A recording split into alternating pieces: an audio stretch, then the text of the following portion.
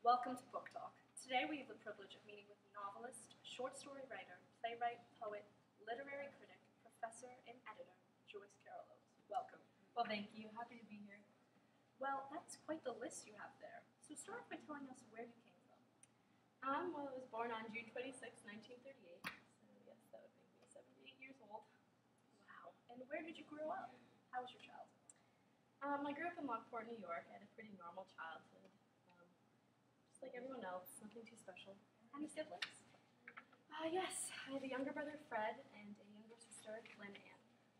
And how have they impacted your literary success? Well, my whole family was quite influential in my writing. I drew inspiration from my sister's severe autism, and my grandmother also became a huge part of my writing motivation. Your grandmother? What was that relationship like? Oh, it was wonderful, just wonderful. She practically raised me. She actually gave me my first typewriter. She lived in a house with all of us. Her story inspired my novel, The Gravedigger's Daughter.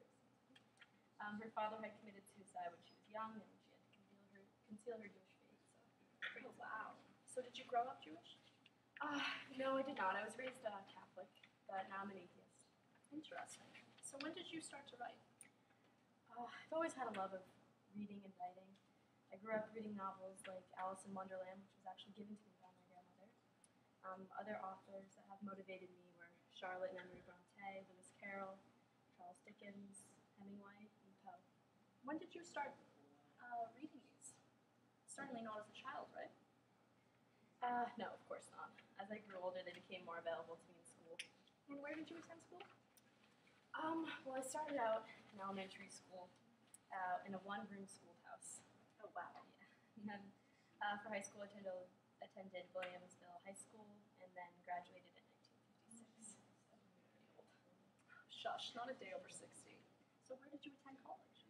I went to Syracuse University and graduated in 1960.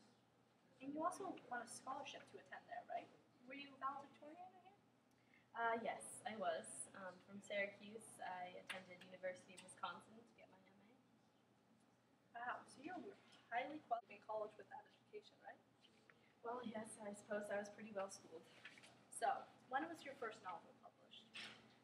My first novel ever published was with Shuddering Fall when I was 26 years old. Just 26? So young and so talented. Then what? Well, after that, I just kind of started writing more and more, and the novels just kept coming. Well, prior to the show, I read one of your short stories where are you going? Where have you been? It was extremely haunting. Tell us about it. Well, that short story was published shortly after my first novel in 1966. I drew inspiration from Bob Dylan's song, It's All Over Now, Baby Blue. I also drew inspiration for that short story from the Charles Schmidt serial killer song. Do you tend to write in such a haunted manner? Yes, I enjoy diving into people's psyche. I love to write about what is inside people's heads, and I believe that the most interesting thing about a person is their mind. Well, that is certainly interesting. So today I want to ask you about We Were the Mulvaneys, and I'll take you there. Let's start with We Were the Mulvaneys. Can you give us a little summary of the story? Of course. In this story, I focus on a small town in Mount Free, New York.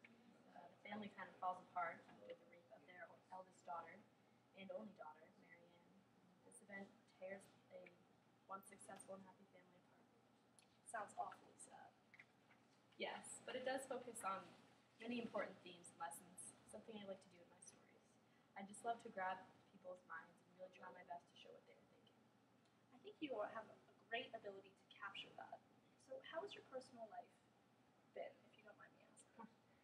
Well, I was married to the love of my life and my greatest confidant, Raymond Smith. Unfortunately, I unexpectedly lost my husband to pneumonia in 2008. Oh, I'm so sorry for your loss. If you don't mind me asking, how was your marriage and how did it affect your career? Well, Raymond and me were both profound lovers of literature. Together, we founded the Ontario Review and a publishing company called Ontario Review Books. When he died, I really did lose a big part of my life. Oh, I'm sure. That's so unfortunate. Has anyone replaced him since? Yes, I am currently married to Charles Gross, a fellow colleague of mine at Princeton. Oh, well, that's awesome. And how is Princeton? Oh, just wonderful. Teaching literature is one of my greatest achievements. Speaking of achievements, you've been nominated for some extremely prestigious awards, including the Pulitzer Prize for Blonde in several nominations for the National Book Award.